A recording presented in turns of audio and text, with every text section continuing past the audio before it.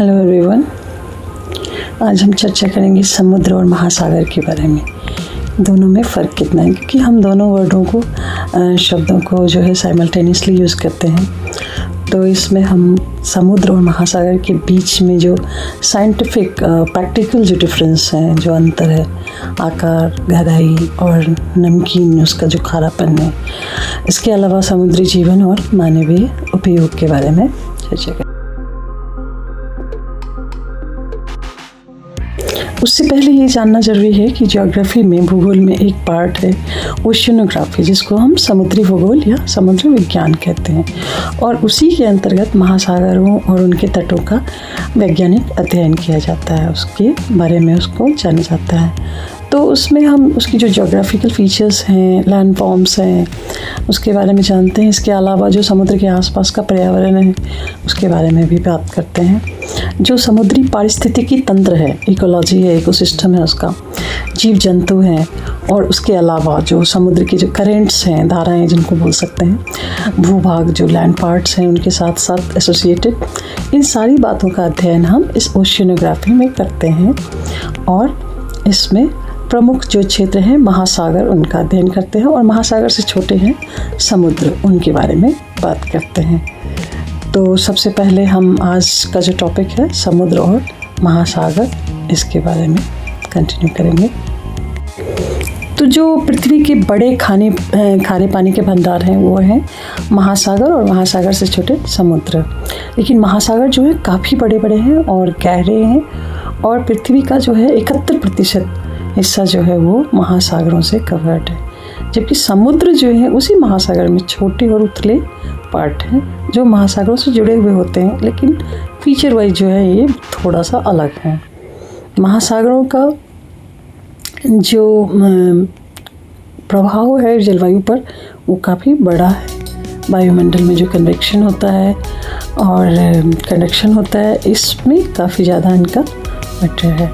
जो समुद्र हैं वो छोटे हैं और उनकी बनिस्बत जो है महासागरों की बनिस्बत जो है इनका प्रभाव कम है, लेकिन व्यापारिक रूप से जो है इनका महत्व बहुत ज़्यादा है, और मनुष्यों के लिए जो है समुद्र भी उतना ही इम्पोर्टेंट है जितना महासागर।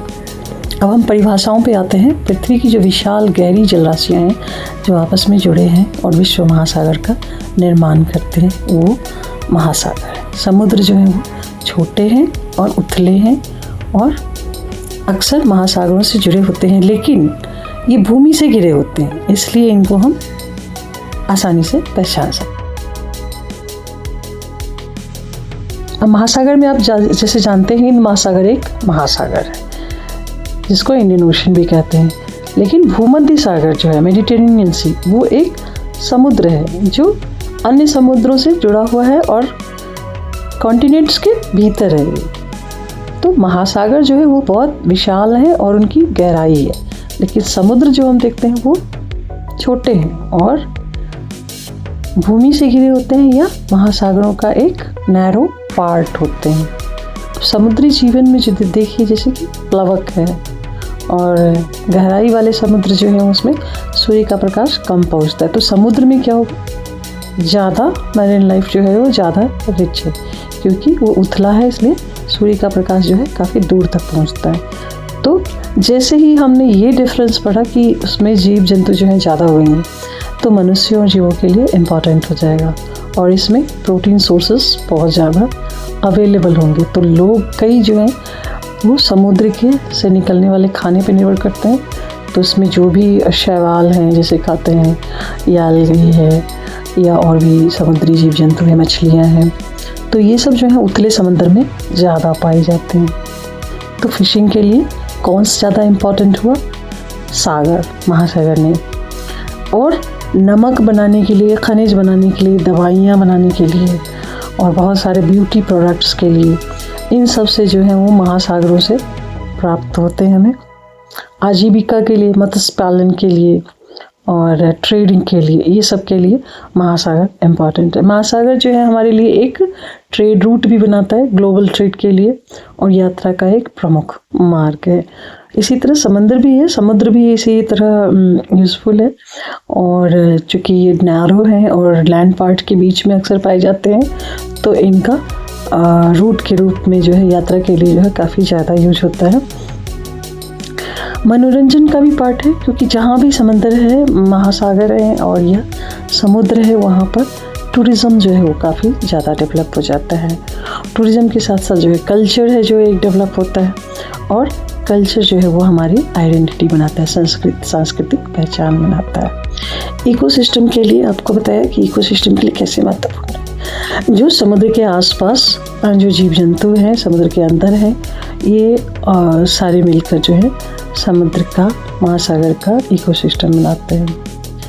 50 to 80% जो ऑक्सीजन प्रोड्यूस होता है अर्थ पर, वो महासागरों और समुद्र के द्वारा ही किया जाता है। मतलब उसमें जो जीव जंतु हैं, प्लांट्स हैं, ये सारे मिलकर इतना ऑक्सीजन बनाते हैं कि पृथ्वी पर जितना ऑक्सीजन है उसका अप टू 80% जो है वो महासागरों द्वारा प्रोड्यूस होता है। अगर कार्बन डाइऑक्साइड की बात करें तो कार्बन डाइऑक्साइड भी जो है, जैसे ही ऑक्सीजन प्रोड्यूस होता है तो कार्बन डाइऑक्साइड एब्जॉर्ब होता है इन्हीं सारे प्लांट्स के द्वारा। बल्कि महासागर के अंदर जो जीव जंतु हैं वो भी जो ऑक्सीजन ले रहे हैं और कार्बन डाइऑक्साइड छोड़ रहे हैं, वो सब मिला के, तो एक तरह से जो कार्बन साइकिल है, कार्बन चक्र है, उसका ये इंटीग्रल पार्ट है और बहुत ही इम्पॉर्टेंट है ये, क्योंकि मनुष्यों के लिए ऑक्सीजन ज़रूरी है, हम भी कार्बन डाइऑक्साइड छोड़ते हैं। जो बायोडाइवर्सिटी है समुद्र और महासागर में, वो एक बहुत बड़ा रिसोर्स है और वो हमारे खाद्य चक्र का आधार बनता है। जो जल चक्र है, जल चक्र का तो ये इंटीग्रल पार्ट है, क्योंकि महासागरों से क्या होता है, वाष्पीकरण होता है, हमेशा वाष्पीकरण होता रहता है महासागरों से, और उस वाष्पीकरण से जो है वो भाप जो है ऊपर जाता है और फिर क्या होता है, बादलों का निर्माण होता है, और बादलों के निर्माण के बाद बारिश होती है। तो जल चक्र में भी महासागर और समुद्र उतने ही इम्पोर्टेंट है। क्लाइमेट में अगर देखें, जलवायु के लिए देखें, तो पृथ्वी की जलवायु को महासागर कैसे नियंत्रित करते हैं, तो एक तो जो है वाष्पीकरण होता है और बादल बनते हैं, फिर बारिश होती है, तो जल चक्र के साथ साथ ये जलवायु को भी नियंत्रित करता है। इसके अलावा जो हीट आता है उसको भी ये वितरित करता है। कैसे वितरित करता है, पानी जैसे गर्म होता है, पानी गर्म होता है तो वो ऊपर की तरफ आता है, फिर ठंडा पानी जो है वो नीचे से ऊपर आएगा, तो इस तरह से पानी जो है वो ऊपर नीचे चलता रहता है और इसमें ऊष्मा जो है वो एब्जॉर्ब होती है, अवशोषित होती है, और उसके बाद जो है वाटर करेंट्स बनते हैं। तो गर्म पानी, जैसे जिस क्षेत्र में पानी गर्म हो रहा है वो ठंडी जल के तरफ दौड़ेगा और उससे क्या होगा, गर्म जलधारा का निर्माण होगा। इसी तरह ध्रुवीय क्षेत्र में जो है, जहाँ पे पानी ठंडा है, तो वो जो है वो गर्म पानी जैसे ही ऊपर जाएगा उसको रिप्लेस करने के लिए दौड़ने लगेगी, तो उससे क्या होता है, ठंडी जलधारा बनती है। तो इस तरह से एक ठंडी जलधारा जहाँ भी जाती है तो वो आसपास के मौसम को ठंडा करती है, और जो गर्म जलधारा है वो आसपास के मौसम को गर्म कर देती है अपेक्षाकृत, कितनी भी चाहे वो ठंडी जगह हो। तो इस तरह से एक जलवायु संतुलन जो है वो बना रहता है। तो इस तरह से हम देखते हैं कि समुद्र और महासागर जो है दोनों एक दूसरे के पूरक भी हैं और मिलकर पृथ्वी पर जो भी चीज़ें हो रही हैं उसके बीच जो है एक संतुलन पैदा करते हैं, चाहे वो हमारा इकोसिस्टम हो, चाहे बायोडाइवर्सिटी हो।